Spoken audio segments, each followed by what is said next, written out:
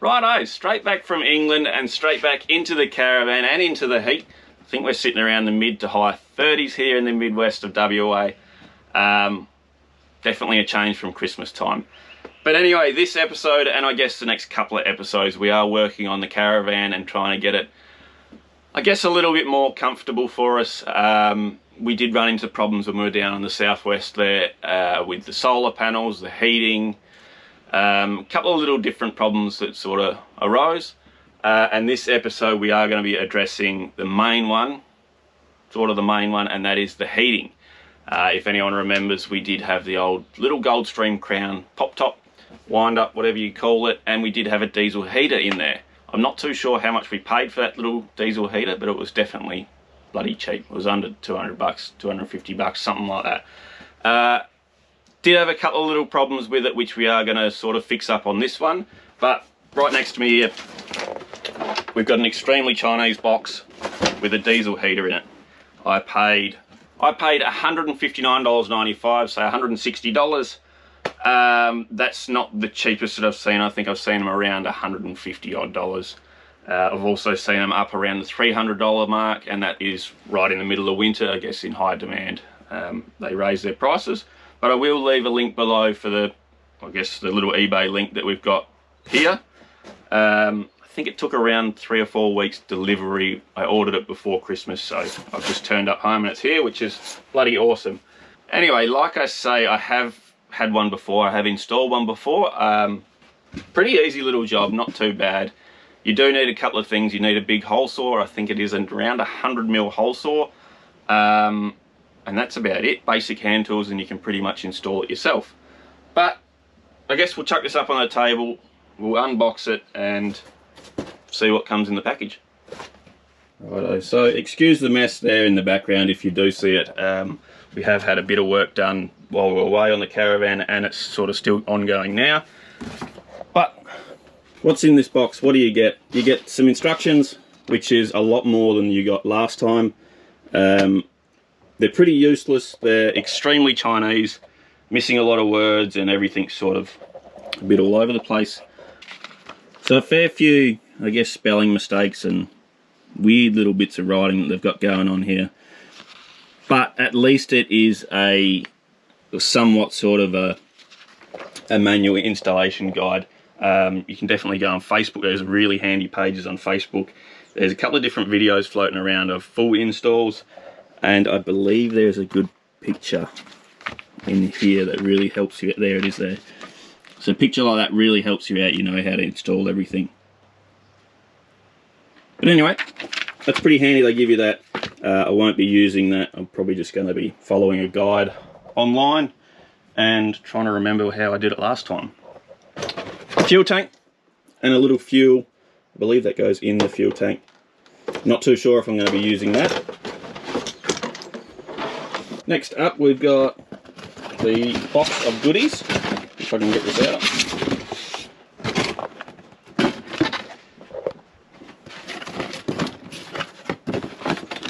Base plate.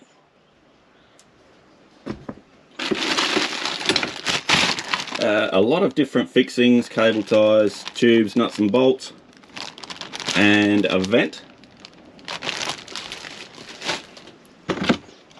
A little T section for the vents. Another vent. Piping, well, ducting, I guess. And that is another thing to notice as well. When you do buy these, if you do buy them off eBay, some kits come with only the one vent. Just double check in the pictures that you are getting one with 2 vents. If you need the 2 vents, we definitely need the 2 vents. Wiring harness. This, I think, may have been our problem on our last little caravan. Not that we had many problems, but reading a lot of things on Facebook, these little wiring harnesses can't really handle that much power. They do have a lot of voltage loss. So I think every now and then our old little one used to cut in and out, and it was because of voltage loss. The solution to that is realistically run your own wiring, which I will be doing, fused wiring, just to sort of give it a bit more of a chance. But anyway, exhaust, muffler, I believe. A little bit for the exhaust. Air intake, I believe this is. And in this little packet here there'll be a filter, hopefully. Yep, there it is. That goes on the end of the little intake. But that's it for that box. We'll get that out of the way. And onto the main unit, which is a heavy unit, so I'll lift it out. Diesel heater, fuel pump,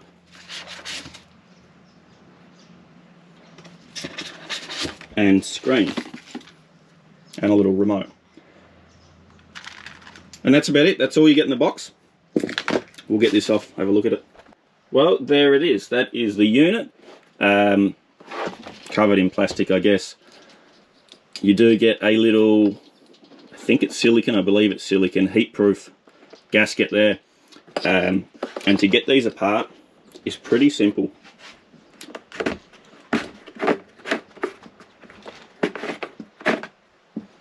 Just like that. And that pops off. And there it is. The little circuit board there, and this is your glow plug here. So pretty easy to service these things. Pretty basic little units. Also, another common problem on these things is the bearing, or I guess the shaft, are sometimes bent from factory and they do rub. So it is a handy little thing to just check that it spins freely, it doesn't rub on anything before you install it, as I guess if you install it and it is bent and rubbing on something, or a noisy bearing or something, it's going to be a bloody pain to pull it back out. Anyway, this one's all good. I guess we'll put it back together and get a location for it, get started. So where we want to put this in our caravan, a lot of people do chuck them under the bed there, as they are pretty quiet little units. As for me, I've just sort of gone through a whole lot of the process of removing a lot of what we had under the bed and putting it under here for, I guess you could say, better weight distribution. And also under here is a lot of storage that we don't really utilize, so I'll pull all this up. We'll have a look under there as we've moved all our electrical system to there, which is right over the axles, and it frees up the storage here, which is a lot easier to get to. You can just lift the bed up instead of pulling the cushions out, I guess moving the table, fluffing around to get in there.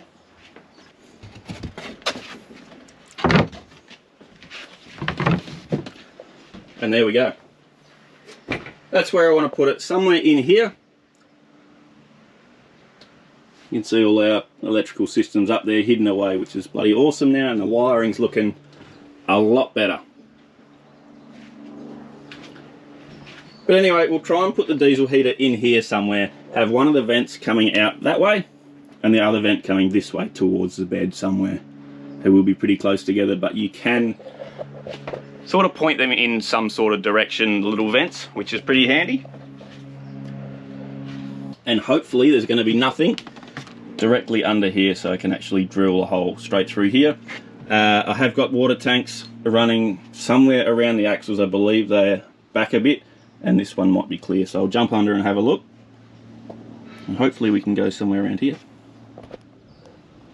Well, under the Caravan, by the looks of it, directly in line with that axle, we've got a load of wiring, a load of stuff sitting there, so we might have to resort to going over here under the bed. Not a lot going on here. We have got a gas line running there, a little bit of cable here, but I think we might have to change the plans and go under the bed, which is a bit of a pain.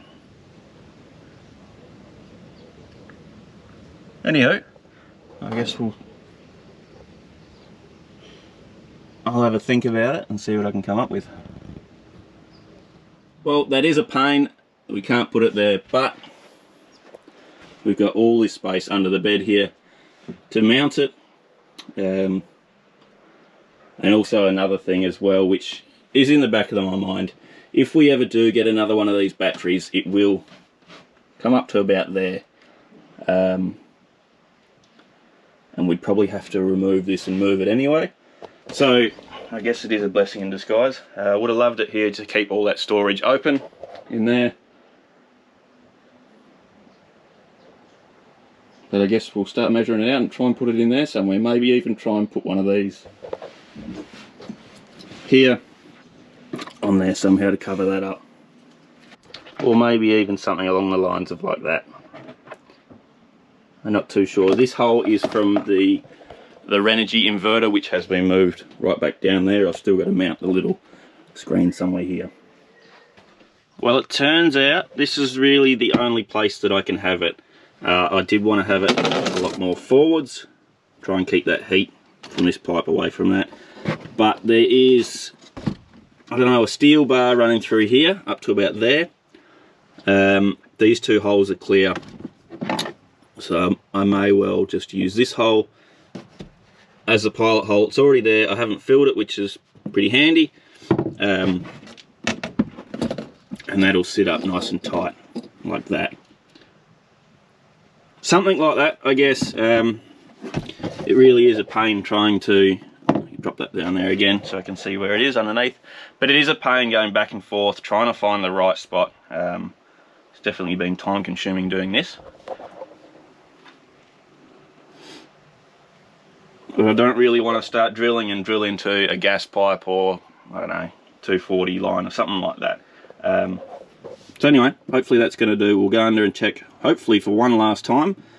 And that's going to be where our main hole is going to be, a big 100mm hole there. And I think something like that on the front. I guess correctly spaced. Pointing down onto the ground. And I can blow along the ground here and away from the sheets. The bed does drop down. Oh. And the sheets do sort of hang a little bit, but with the direction at these points, it should be pretty safe there. And we'll try and get the control screen to cover up that hole there. So there it is. Right there. Got some cables in the way again. Which I didn't bring the drill for, but I think I'll be able to move these, at least these two, push them right across, and that'll give me the clearance here. I have got my 102mm hole saw, which will go something like that. So I guess I'll go back up there, get the drill, move these, and hopefully that's going to be us. Well, that is the cables moved out the way. I've got them nice and semi-tight pulling up against this, so hopefully they don't move anywhere near that. I've just got to do the 100mm hole here. And I have got a plate from Bunnings, which is going to add some protection as well to these cables from the heat. And we'll try and direct the exhaust off away from them. But anyway, we'll jump back up there and I guess drill this big 100mm hole. So I seem to be pretty happy with that, I guess. It's realistically, it's one of the only real spots I can put it that still gives me enough space to tuck some stuff in there and sort of keep it tight away from everything. But the little dropper and protection thing that I'm using is this downpipe pop round 100mm from Bunnings. I think it's about $4 or $5. Drill a 100mm hole there, drop that in there, and then mount everything on top of that. But that's going to give the, well, not just the cables, but also the floor, the wood, everything around it, a lot of protection from the heat. I don't know, you don't have to use it, but for $4 or $5 you may as well, in my opinion.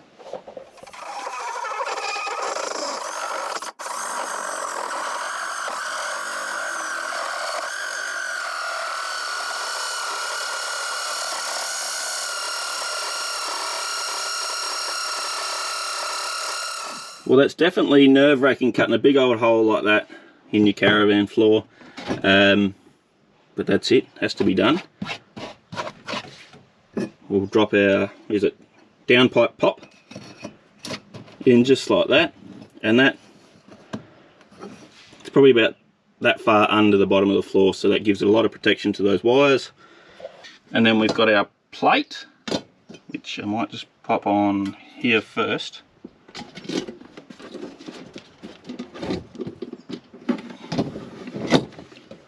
And just like that.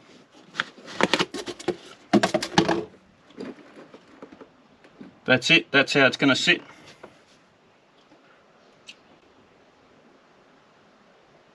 Which is alright, it gives me about 6 inches here. There is a vent here for fresh air, if I can get that around there, which I was going to close up, but I may as well leave it open now, as that'll draw the fresh air in from there. That's it, on to the next step, which I guess is going to be fixing this down to the floor.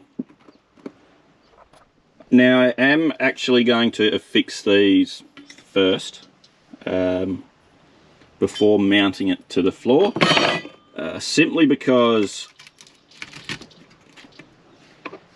you've got to get these little things on there and actually tighten them up, and when it's all mounted on the floor and trying to tighten them up down in this little hole is a bit of a pain.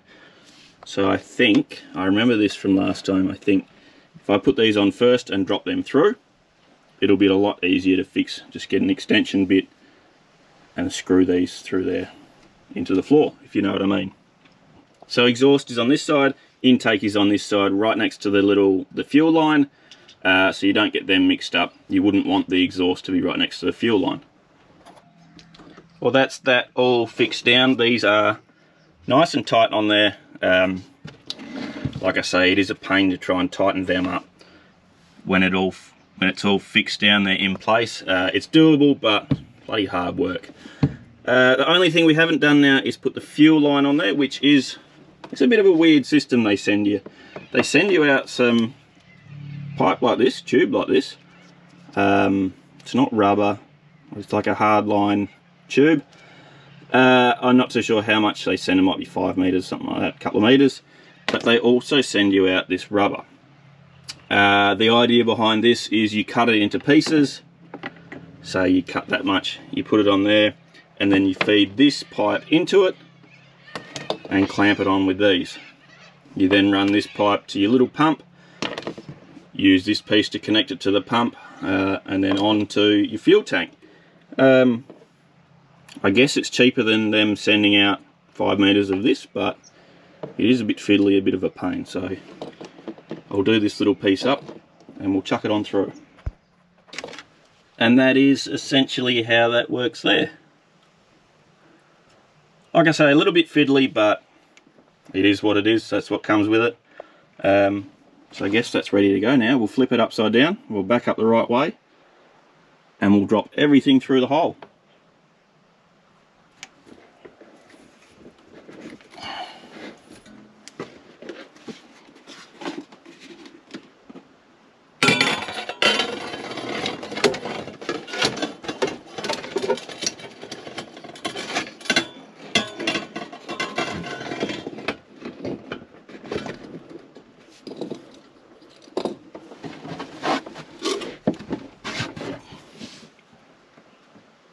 Well, I've stuffed up, and hopefully I'm going to put this in the edit where it's got to be, but the wiring for your fuel pump does have to go in this little hole here. I've fastened everything down, so everything's going to come back off to get this little bit of the wiring harness through that little hole there and down out the van. Is what it is, but a bit of a pain. And that's a little bit better. That's ideally what you want there.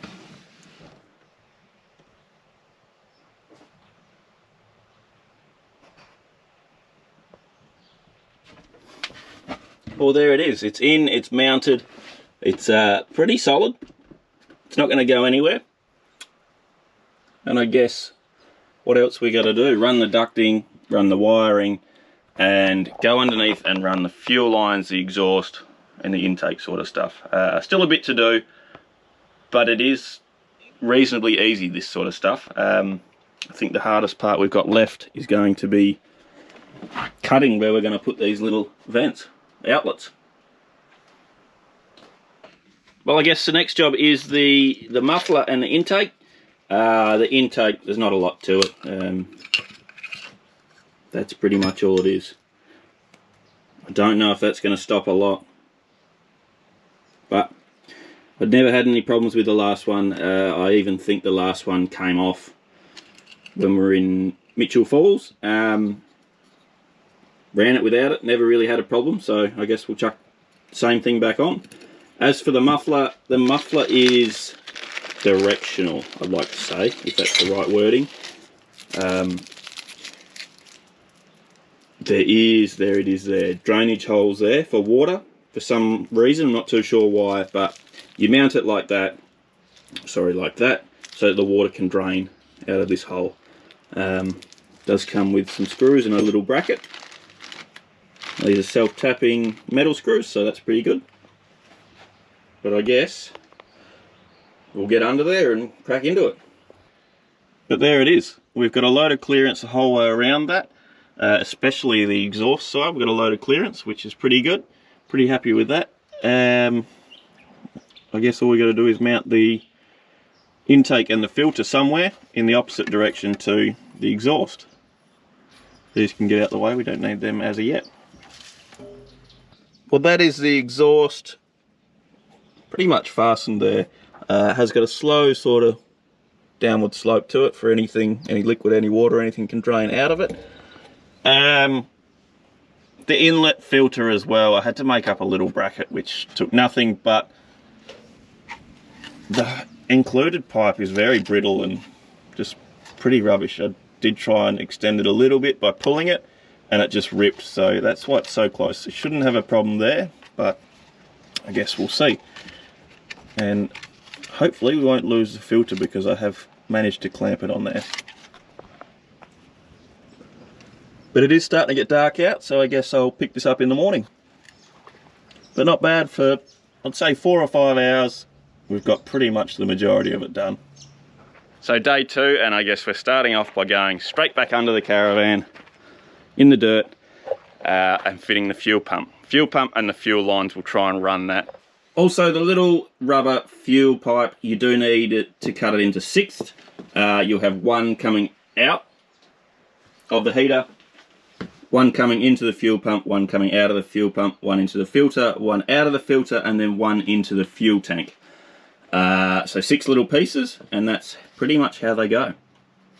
Get the fuel pipe, sorry, we'll put one of these on there. Another one, get the fuel pipe, put it in, and then tighten that to the fuel pipe. Well, there we go, something like that, I think. It is on a 45, it is all fastened down tight. Next thing is run the tubing to the little filter and then to the fuel tank. Now onto the fuel tank for this system. I was going to use originally a jerry can mounted on the front here, but as you can see, the front setup sort of changed a little bit, and I will be able to put this into here and have this mounted like that. Maybe a little bit offset, but essentially having it in there so that when I'm fueling the car up, I can also fuel up this at the same time without having to fluff around or reach around anything. It shouldn't be too far off the car. So that saves me putting a jerry can or whatever needs to be there. But we'll get back inside and have a look at this. Now, to run your fuel line into this little tank, the included tank, it does come with some little fittings here, which I will be using. It also comes with this big old piece here, which I believe this is for running into fuel tanks that are already fixed in the van. Say you're running it into a car fuel tank, something like that. Now the tank does come with little spots like this. They're thicker, harder parts, one there and one there. I've already marked it because that's the one that I need to use, but essentially so you can run your tank like that or like that, or spin it around and have it like that. So 2 little spots there that you can drill into, which I'm going to be doing on this one. Drill into that, and then we've got to pull this little fitting here from the inside out. So the easiest way to do this, well, essentially get this on the inside through here, is with a bit of wire. I'll show you in a minute, but I've got a drill bit here which is a smidge bigger than the barb sticking out. I think it's around a 6mm, something like that. We'll drill this hole, we'll feed this in with the wire and pull it through. So a lot of people do have their barb on the side, or say an inch or two off the bottom of the tank. I've never really had that problem. You've got to remember you've got that little top section there, what is it, 10 mil, that is inside the tank. So it sits 10 mil off the bottom of the tank there. I've never really had a problem. It does have a little inline filter if anything does get caught in there, so I'm just going to run it like that. But I have heard of people putting the little barb in there, having it off the side, but I just see that as you're potentially losing a good 3 inches of fuel there. Now as for the little wire trick, essentially I'll feed this through, pull it out the top, so that's out the top now. We'll then feed that through here, the little barb, if I can do it one-handed. There we go. And then we'll tie a knot in that, so then we can pull that back through. There we go, there's a knot in that, and I guess it's time for the moment of truth. We pull the other end there. That should come through to over here. And there we go. So we'll pull that through a little bit more and start threading it with the, I guess, the threads on the barb into that plastic. And there we go, just like that. We'll push the wire back through. So I'm going to try and get it out the top there. And then put another little washer on there. And a nut. Well, there it is. The barb is all done and in there. Using a smaller drill bit, well, as small as you really can while still getting that through, is the best bet here, as you then use the threads of the little barb to create a tighter seal on this plastic here. You have got the 2 washers, one either side, clamped down on it, but I guess tapping your own sort of threads with this barb is the best bet here. But that's all done. I guess we'll mount it up in the front box there and then plug the fuel lines in. So there it is, all mounted up in the toolbox, the new toolbox at the front here, all plumbed up. And we have got that little inline filter there, just cable tied on. Not too sure what I'm going to do with that. A lot of people do just leave it hanging, but I think I might just leave it cable tied like that, see how we go.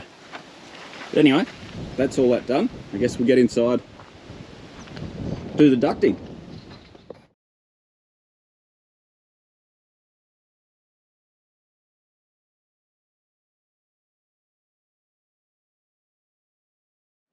Well, there we go. 2 vents are on, and these are just little caps that clip on there. You can move them around to sort of point the air in a direction, the heat in a direction. So that looks pretty good, pretty equal. Did measure them a couple of times, so I'm happy with that. Now it is just connecting the ducting, which is as simple as using these.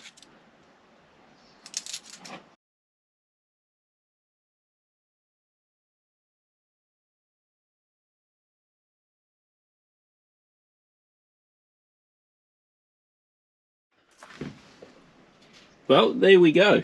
After a fair bit of fluffing around, we've got them all mounted up. They are pretty solid, I will say that. Might have to put some sort of brace over about here to hold it down, but it's not really going anywhere, that. Now onto wiring. I have wired up this little thing. I managed to fill in my little hole, which is bloody awesome there. I've just ran the wires down there, as it is sort of all plug and play for the most of it. So realistically, all you've got to do is connect these to your battery, positive and negative, and away you go. You'll be able to fire it up with that little thing there. But as my battery's all the way over there, luckily for me, I have run power into the projector system, so I can tap into that and use power from that, which is bloody handy. I can get rid of that fuse and cut the wire right down and utilize a lot of that sort of equipment there to have bulkier wire, and the fuse inbuilt as well. So I guess I'll get onto that, and that's about it. Well, with everything pretty much done, all I've really got to do is, I guess, do some research and learn how to work this control panel here. So straight out of this box here, I can't really work out how to set the temperature that I want it to get to. It does come only as power levels, really. must be a new sort of Chinese diesel heater screen, but it gives you the option to set the power level from 1 through to 10. We don't want that. We want to be able to set a temperature and it goes to that temperature. So to do that, we get back to the main screen there. Oh, I've turned it on. We hold down the up and down arrow keys and it should change from a power level to a temperature level now. So we'll set a temperature. I know it's around 35 degrees out today. There it is there. That is the temperature right now. So we'll set our temperature, I guess, to 40 degrees and fire it on, fire it up.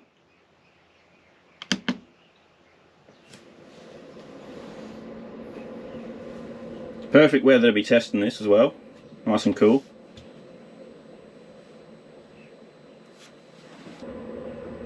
So that's slowly starting to fire up. The pump has kicked in. Fans are spinning a lot faster now. The glow plug's on, a little symbol there. Everything's starting to work.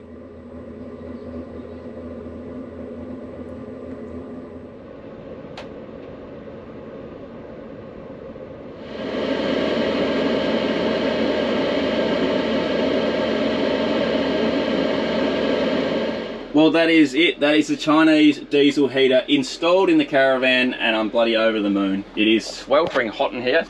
35 outside. We're starting to cool down because it's nice and the sun's just gone down. But it is 40 degrees in here, and the fans have just slowed down, which is another little feature that they've upgraded. They've done a couple of little upgrades, these Chinese diesel heaters. One is when it gets to its temperature, the fans actually do slow down and it holds that temperature. Instead of being full bore and then off and then full bore, it actually slows itself right down. And another huge feature that they upgraded is the screen there. The screen dims and locks itself, which is bloody awesome if you've got the screen mounted up out in front where you're sleeping. Like we used to have on our old van, it's just a nightmare trying to get to sleep. There's like a dim light there, but this one locks itself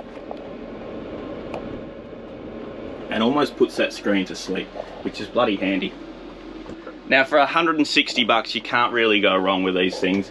What did it take? So 160 bucks and the $5 for the downpipe pop from Bunnings, and say a full day work doing it.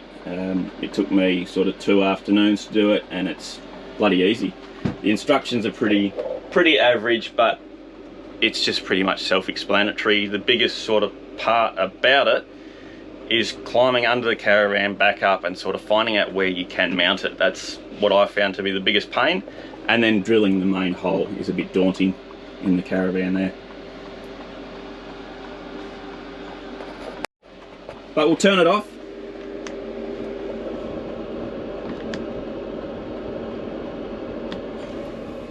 So that is a big job ticked off, which realistically we should have done before we went down the south of WA here. But yeah, bloody over the moon. We probably won't use it until we're over the east coast and it's, dare I say, winter again. But yeah, over the moon, it's done now. There is a slight ticking from the fuel pump, which I'm not too sure if it'll sort itself out or if I have to look at it. I guess I'll find out the first time we're sleeping in it with the heater on. Anyway, I hope you enjoyed this video. If you are looking at installing a Chinese diesel heater, any sort of diesel heater, I hope this has helped in some way. But yeah, my opinion, they are well and truly worth 160 bucks.